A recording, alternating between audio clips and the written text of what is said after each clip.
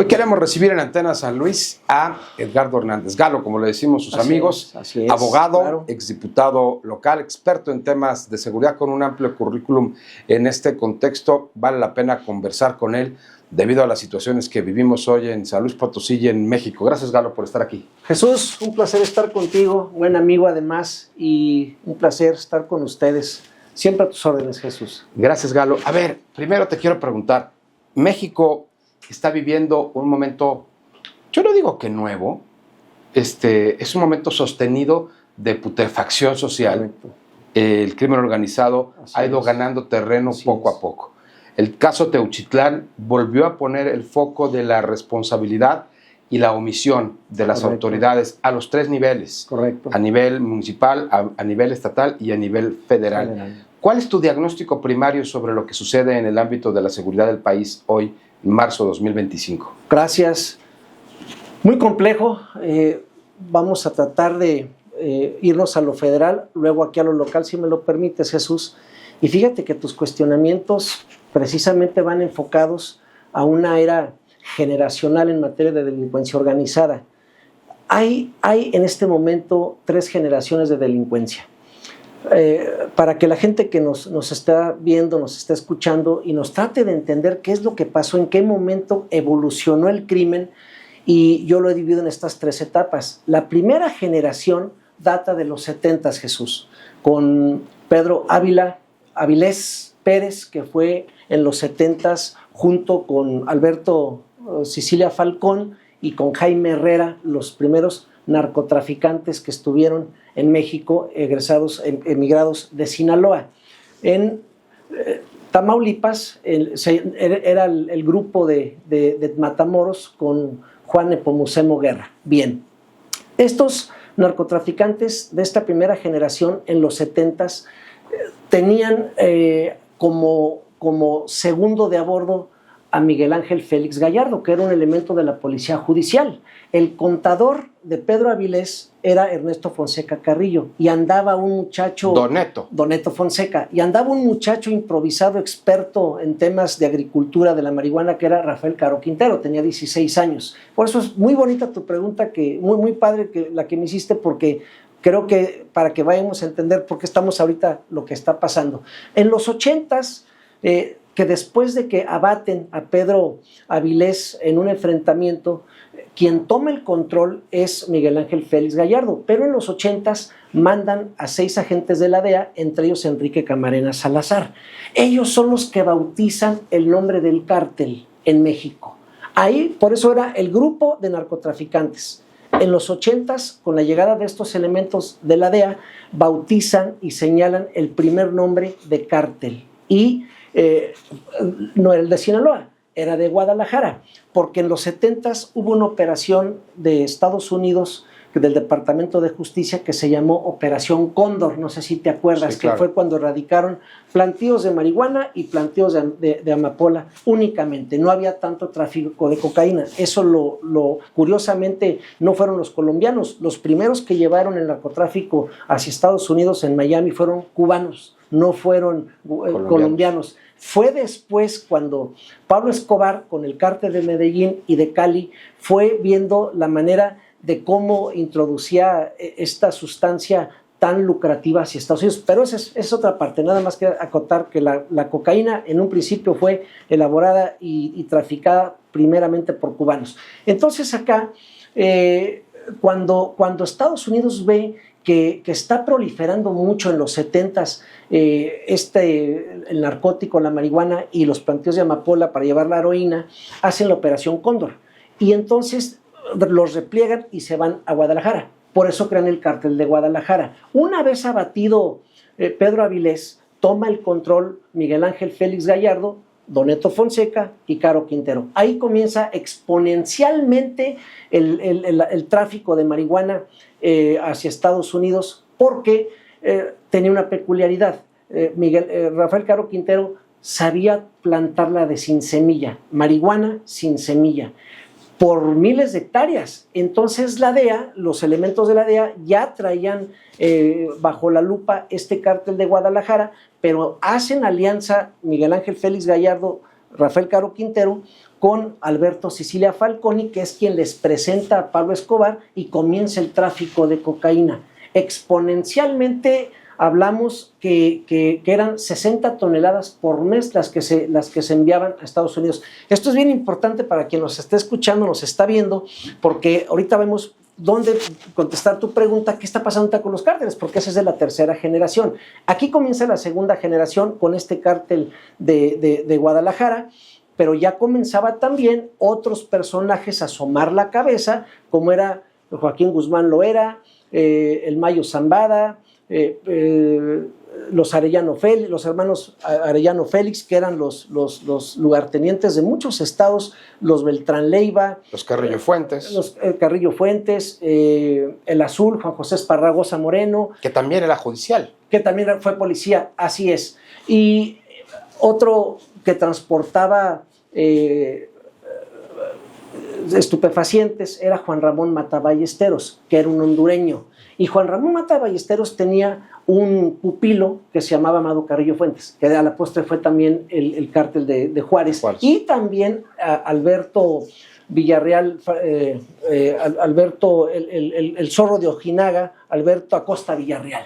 Entonces, por aire, por tierra, por narcotúneles, crece esto de una manera impresionante, nada más que se pierde el liderazgo, porque Miguel Ángel Félix Gallardo sí era un padrino de la mafia, sí tenía una visión de tener todos en paz, quietos, y cuando lo abaten, los detienen, y entran estos personajes que estamos hablando, no tienen el control.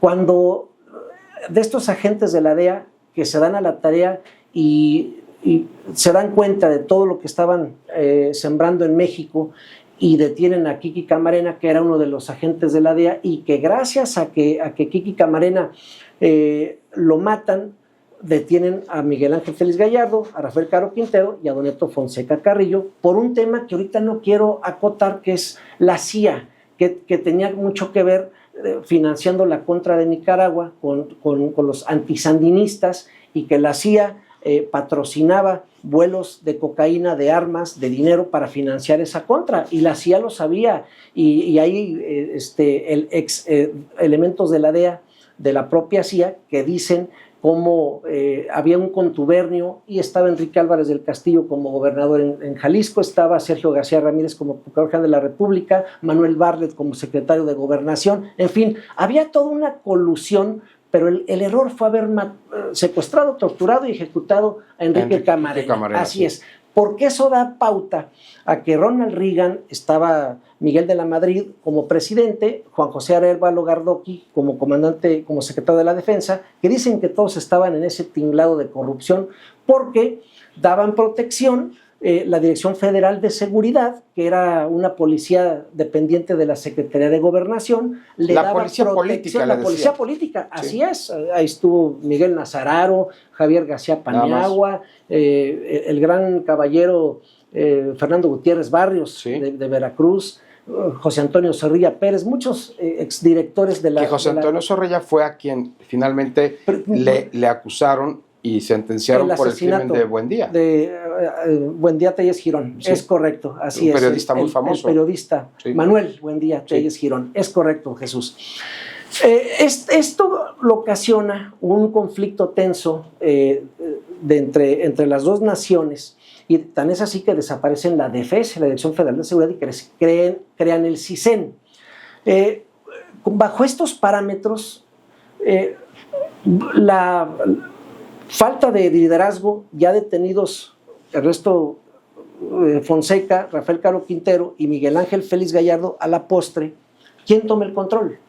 El Chapo Guzmán, el Mayo Zambada, los Arellano Félix, los Beltrán Leiva, Amado Carrillo, pero sin liderazgo. Y entonces comienza, aquí viene la tercera generación. Por eso son tres generaciones. La primera del grupo de narcotráfico, que no se llamaba cártel. La segunda, con el emporio que levanta Miguel Ángel Félix Gallardo, Ernesto Fonseca Carrillo, y el otro que nos falta, el tercero de ese grupo, es la segunda generación. Y esta tercera generación... Y Rafael Caro Quintero. Rafael Caro Quintero. Cuando detienen a los tres, comienza una guerra encarnizada por tratar de tener los liderazgos en México.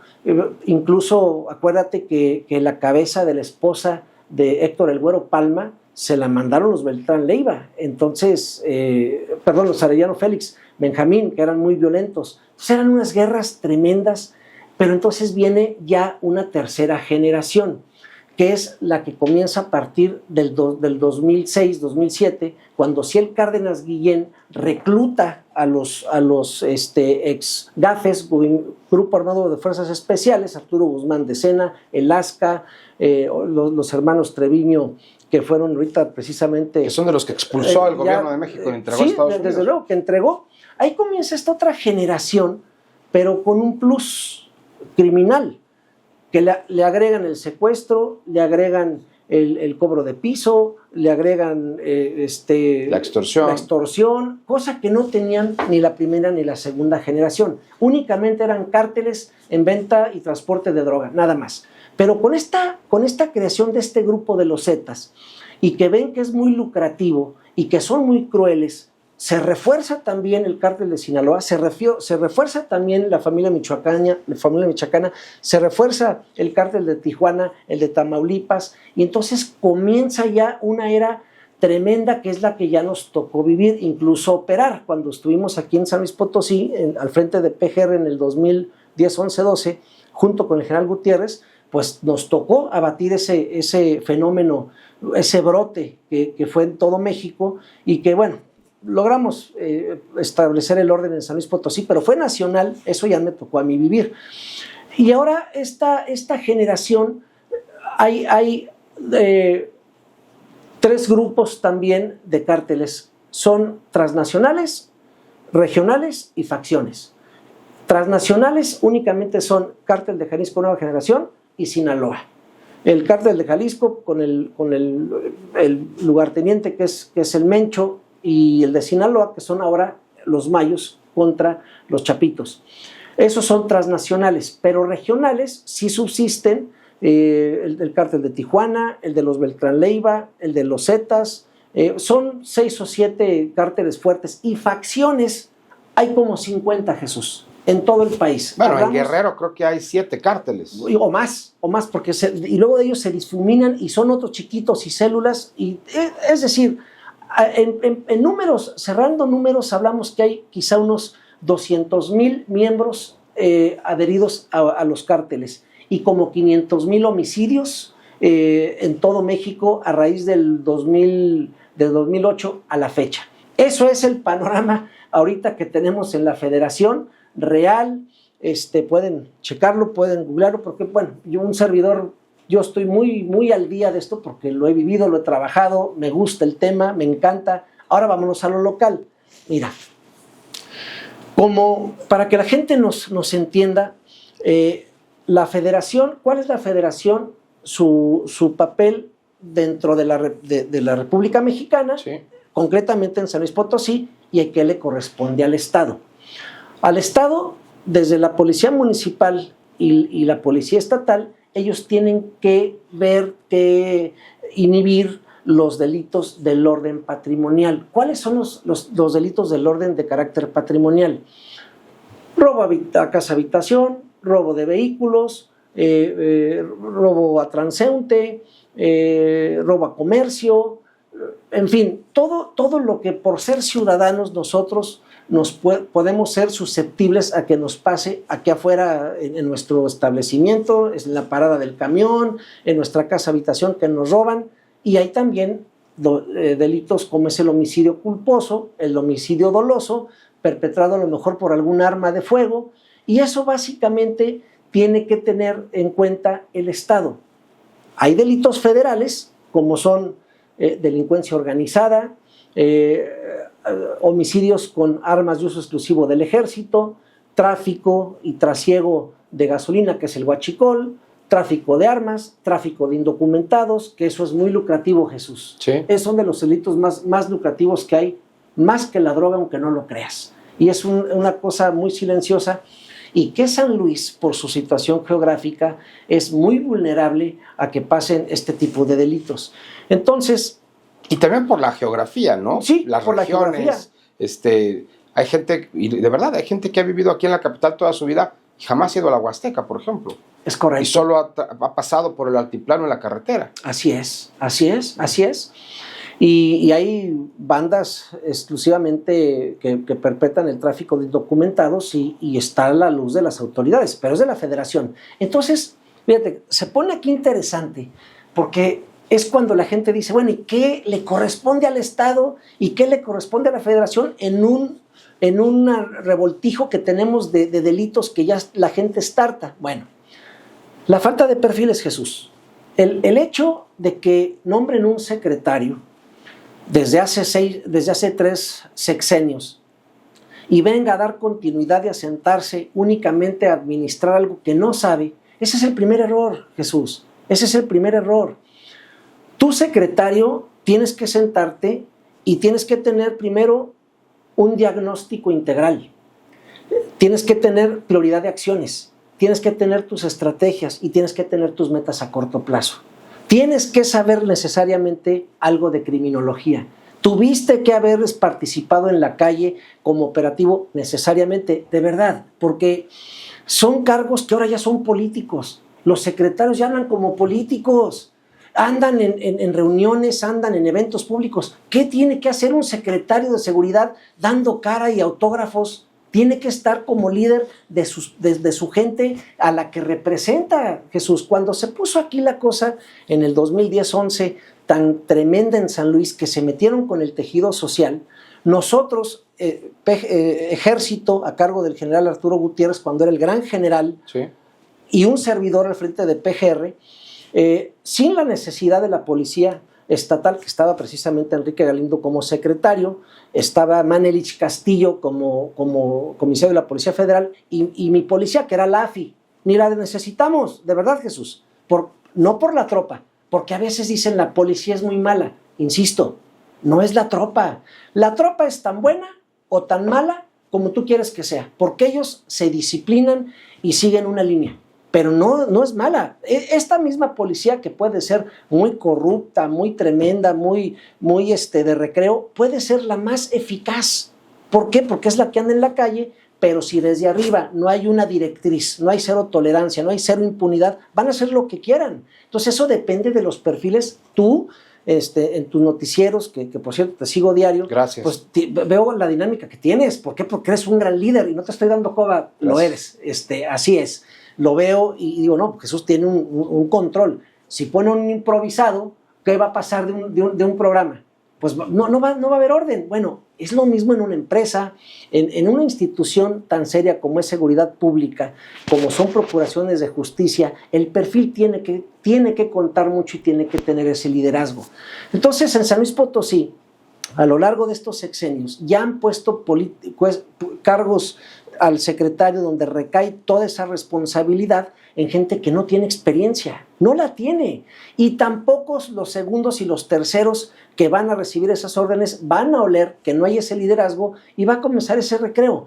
Si dentro de tu prioridad de tu diagnóstico integral, ¿cuál es el diagnóstico integral? ¿Cuánta policía tengo? ¿Cuántos son operativos? ¿Cómo se conforma el Estado? ¿Cuáles son los municipios? ¿A poco en la carretera de Matehuala, donde hay robo a transporte? Quizá en Villa de Arista es delincuencia organizada. Tú tienes que tener un diagnóstico integral y eso implica también de qué estado de fuerza, con cuánto estado de fuerza cuentas, que es el número de policías, porque son 59 municipios. Debe de haber también policías municipales en cada municipio. Hay municipios que tienen 3 policías, sí, claro, sin armas, Jesús.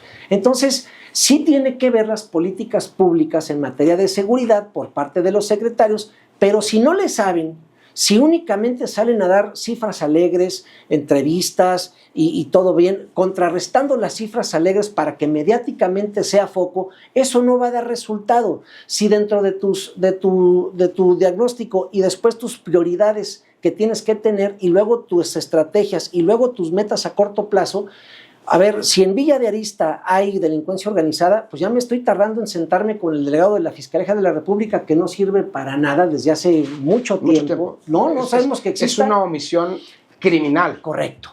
Ese es otro punto que se me estaba yendo ahorita de la idea. Yo todavía en el sexenio pasado le dije al fiscal, porque lo escuché en una entrevista decir que estaba investigando delincuencia organizada. Dije, oiga, ¿no le da vergüenza decir que está investigando delincuencia organizada cuando no le corresponde? Si eso es de la Federación, a usted le corresponde asociación delictuosa y hasta ahí. Delincuencia organizada es de la Federación. Bueno, de ese tamaño un fiscal, exprocurador y luego fiscal en la transición, salía a decir esas declaraciones. Dices, no, qué barbaridad. Dos, los controles de confianza, los exámenes a los elementos. No es la panacea para que nos garanticen tener elementos de seguridad pública como policías estatales, policías de investigación, peritos, agentes del Ministerio Público, lo mejor que se pueda, pero al menos tienes un control, quiénes son, de dónde vienen, concretamente un expediente de ellos. Yo le dije al exfiscal, no puede estar dando usted contratos de policía, contratos de Ministerio Público, contratos de peritos. Le dije, porque tienen que estar registrados en el Sistema Nacional de Seguridad Pública, tienen que tener una clave única policial, porque si no, no sirven las actuaciones, no valen. Todavía están reclutando y contratando elementos sustantivos bajo contrato. Imagínate nada más, eso no sirve. Hoy día esas actuaciones no sirven. Entonces, si el Estado permite que la Federación no haga su trabajo, pues evidentemente el Estado va a tener que hacer la chamba de la Federación indebidamente, porque quien tiene... ¿Eso está pasando en San Luis? Sí, los homicidios perpetrados con armas de uso exclusivo del Ejército, únicamente entra el Estado y le da vista a la Federación ya una vez que fue el evento, cuando la Federación tiene que desde inicio agarrar las investigaciones y seguir con toda la carpeta de investigación hasta una eventual judicialización. Galo, te quiero hacer dos preguntas. Sí, cómo no. Porque se nos acaba el tiempo, la verdad es que podemos hablar horas. Y si no me callas, me sigo aquí. No. A ver, primero, tu diagnóstico específicamente de San Luis. Nos quejamos, sabemos que hay homicidios, sabemos que hay ejecuciones, siempre nos dicen que se relacionan con el crimen organizado, pero también hay delitos del fuero común. Muchos. Los robos. Complicados. A comercio. Etcétera, etcétera. No estamos en el mapa nacional en rojo, ¿sí? Tampoco estamos en verde. ¿En qué nivel está San Luis en el ámbito de seguridad? ¿Cómo puedes evaluar tú como experto en el tema el momento que vivimos justo a la mitad del gobierno del estado de Gallardo? Gracias. Mal, yo no puedo decir que está bien porque, pues que me disculpen, pero yo sí le decía esto. Una policía municipal que no está haciendo su trabajo, no la está haciendo. Su bando de policía y buen gobierno, que tiene especificadas las especificaciones y realizar las actividades que le corresponden, no las está haciendo. Ahí viene la otra ambigüedad. ¿Por qué se confunden? Que lo haga la policía municipal, no, que lo haga la estatal. No, a ver, corresponde a un municipio y hay bastante estado de fuerza en el municipio y no están haciendo su trabajo. Estaba Francisco Javier Salazar Sony en Vialidad. Puedo decir que es buen colega, que sabe del tema, aparte gran amigo, y lo quitan. Es decir, él podía operar temas porque ha sido operativo, porque es dogmático, porque sí le sabe, y sin embargo ponen otros improvisados que yo no veo el actuar en pro de la ciudadanía. Y por el lado de la policía estatal, volvemos a lo mismo. Con esa falta de conocimiento, con esa ambigüedad, con esa falta de contundencia y únicamente darle gusto a los medios de comunicación, así no va a ser. Para concretizar, a ver, si sabemos que hay robo a comercio, ¿por qué no desarrollas unos módulos como Querétaro? En la Plaza de Fundadores, poner unos módulos con la cercanía a la gente, no que salga a la tele a decir que aquí estoy, que dé mi teléfono. Ponga un módulo en la Plaza de Fundadores, ponga uno en el Carmen. En el Carmen o en la Plaza o en el Pasaje Hidalgo, Jesús. Sí. Y un par también en colonias conflictivas. Ya hay, no esos módulos. No, ve ahorita a ver cómo están cerrados. No, módulos ciudadanos de cercanía, con gente, con policías. Si es el tema, el robo ahorita a comercio, pues despliega una campaña permanente antirrobo de comercio, pero no con la patrullita dando vueltas a la cuadra y luego allá. No, con presencia policial, con células, 5 células de 6 elementos cada uno, constantemente patrullando. Esa es la cercanía que quiere la gente, que vea su policía, que la tengo aquí, y eso le corresponde al municipio. El Estado tiene que entrar a reforzar, Jesús, porque luego los secretarios, mejor el secretario de gobierno o el gobernador les dicen qué es lo que tienen que hacer. Oiga, es que hay problemas en el municipio fulano. ¿Y por qué en Valles no? ¿Por qué tiene que saber el gobernador y bajar la instrucción cuando esa información debe de tener el secretario? Y ahí está Soledad, está Matehuala, está Río Verde, está Ciudad Valles, que son municipios grandes que se puede hacer una integración en materia de coordinación con una policía híbrida. ¿Qué es una policía híbrida? Si no tienes elementos de la policía municipal, pues pide prestado al gobierno estatal, ¿no? Comisiona los elementos de la policía, de la Guardia Civil, para que se haga una policía híbrida. No va a perder el control el presidente municipal. Jesús, este tema es tan apasionante. En ese asunto te quiero preguntar. Sí. Mencionabas que cuando tú estabas al frente de la Procuraduría General de la República en aquel entonces, aquí en la delegación, tenías a la AFI, era la Agencia Federal de Investigación. Han ido cambiando los nombres. Policía Federal Ministerial y Agencia de Investigación Criminal. Exactamente. Pero también en el ámbito de la Policía Federal, igual, pues Policía Federal, la cambiaron. Sí. El observador le puso ahora Guardia Nacional. Correcto. El gobernador Gallardo la convirtió en Guardia Civil Estatal. Correcto. ¿Hasta dónde todos estos cambios de nombre, que además es una inversión monumental? Yo siempre he pensado que es una super tranza, porque imagínate que ¿cuánto costará volver a hacer uniformes? Imagen institucional, equipo, y además rotular patrullas, etcétera, etcétera. Sí. Pero ¿hasta dónde ha servido tanto cambio? Como que nunca encuentran la fórmula en este país para combatir la seguridad. Sí, Jesús, tú me estás haciendo el cuestionamiento y me estás dando la respuesta. No la hay. Incluso que ahora está tras las rejas, Genaro García Luna, él tenía una obsesión por ser Procurador General de la República. ¿Y qué crees? Es ingeniero. Entonces dijeron, no puede ser. Sí. Y lo que podemos hacer es bajar de 10 años a 5 años la vigencia para ser procurador, pero licenciado en Derecho. No, ya no le alcanzaba. Él en ese animadversión desaparece la Policía Judicial Federal. Ahí te respondo, porque era una excelente policía. Habrá quien me diga, es que había violaciones de derechos humanos, en fin, esto, lo otro, pero había orden y no se jugaba, porque con ellos yo crecí. Y con ellos, con aquellos elementos de la Policía Judicial Federal, no se diga los antinarcóticos, se ponían a temblar los delincuentes, los grupos delincuenciales, los cárteles.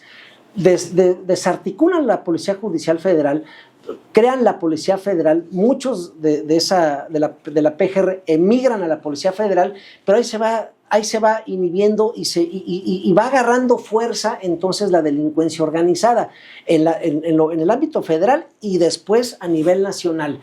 Hoy San Luis Potosí, como todos los estados de la República, adolecen primero de buenos mandos, discúlpenme, pero y no soy analista ni estoy atrás de un escritorio criticando, porque luego hay muchos compañeros tuyos, Jesús, que escucho hablar y digo, no tienen idea de lo que hablan. De verdad, ¿cuándo han ido a un operativo? ¿Cuándo han hecho funciones sustantivas y nada más critican? Pero la verdad es que ya uno que operó y que pusimos orden y que combatimos la delincuencia frontal, sabemos lo que se ocupa. Pero si no hay esos perfiles idóneos para tripular una corporación entera de seguridad pública, vamos a seguir con lo mismo. Si no hay un apoyo también de la federación integral por parte de los elementos ahora de la Guardia Nacional, del propio Ejército, de las Fiscalías Generales de las Repúblicas, vamos a seguir en este mismo, con intrascender para brindar la seguridad a la sociedad. ¿Por qué? Porque la ciudadanía lo que quiere es seguridad, no le importan las políticas que haya ni cómo se manejen, pero también es la otra. la política ahora ha permeado estas instituciones que deberían de ser, de verdad, un secretario de Seguridad Pública, un fiscal, ahora fiscal, no debe de andar en actos públicos, Jesús, debe de estar en su chamba. Fíjate, yo me di a conocer por el Congreso, nadie me conocía que yo operaba en PGR y en otras cuestiones, y qué arrepentida me doy, además, porque realmente yo era una persona de muy bajo perfil que me dedicaba a hacer mi chamba, que me dedicaba a luchar contra la delincuencia, y agarré cierta notoriedad en el Congreso, que yo jamás regresaré, pero realmente a mí, mi perfil es luchar contra la delincuencia y la organizada. Galo, para finalizar, agradecerte mucho porque nos has dado un gran panorama de cómo están las cosas. Y me fui muy rápido porque desgraciadamente es muy, muy complejo, muy amplio. Gracias a ti y estoy listo para la próxima invitación para platicar después. A ver, nada más. Estados Unidos hoy, Trump, le pone el dedo a México en lo comercial, en lo migratorio y en la seguridad. Es pretexto. Estrictamente. Las primeras dos son pretextos. La seguridad. Correcto. Así el tema del fentanilo que sí afecta hoy al mundo de una manera tremenda. Claro. Nota de la semana, famoso,